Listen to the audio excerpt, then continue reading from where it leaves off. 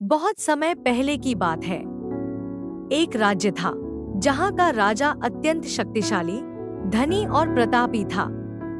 उसकी सेना विशाल थी, खजाने भरे थे और प्रजा उससे डरती भी थी। लेकिन इस सब के साथ साथ राजा के हृदय में घमंड भी उतना ही बड़ा था। उसे लगता था, मेरे जैसा शक्तिशाली इस संसार में कोई नहीं। उसी समय शिरडी में साईं बाबा का नाम दूर दूर तक फैल चुका था। लोग कहते थे कि बाबा के सामने झुका हुआ सिर कभी खाली नहीं जाता। यह सुनकर राजा हंस पड़ा। राजा ने कहा, एक फकीर क्या करेगा? अगर वह सचमुच कोई शक्ति रखता है तो मुझे ही झुका कर दिखाए। राजा ने साईं बाबा को अपने दरबार में बुलाने का आदेश दिया।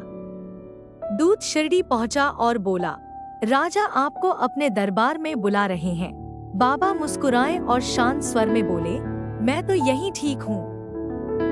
अगर राजा को मिलना है तो वह स्वयं आ जाए। यह सुनकर राजा का क्रोध भड़क उठा।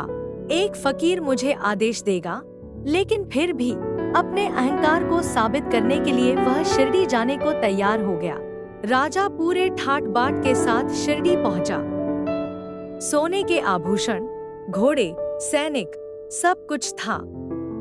उसने बाबा को देखा, फटे कपड़े, साधारण सा आसन। राजा ने व्यंग्य में कहा, बाबा, सुना है आप सबकी तकलीफ दूर कर देते हैं, तो बताइए मैं इतना शक्तिशाली क्यों हूँ? साईं बाबा ने शांति से कहा, बेटा, यह शक्ति तुम्हारी नहीं, यह ऊपर वाले की दी हुई है।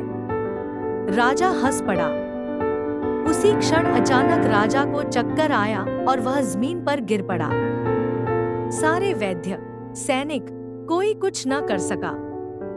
राजा भयभीत हो गया। उसका सारा घमंड उस क्षण चूर चूर हो गया। घमंड का अंत। कांपती आवाज में राजा बोला, बाबा, मुझसे भूल हो गई। मैं घमंड में अंधा हो गया था, मुझे क्षमा कर दीजिए। साईं बाबा ने अपना हाथ राजा के सिर पर रखा और कहा, जब तक इंसान अपने आप को सबसे बड़ा समझता है, वह सबसे छोटा रह जाता है।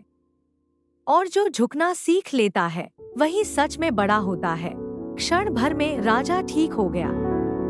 उसकी आंखों से आंसू बहने लगे। उसने वहीं बाबा के चरणों में सिर झुका दिया। कहानी की सीख। राजा बदला हुआ इंसान बनकर अपने राज्य लौटा। अब वह अहंकारी नहीं, बल्कि दयालु और विनम्र शासक था।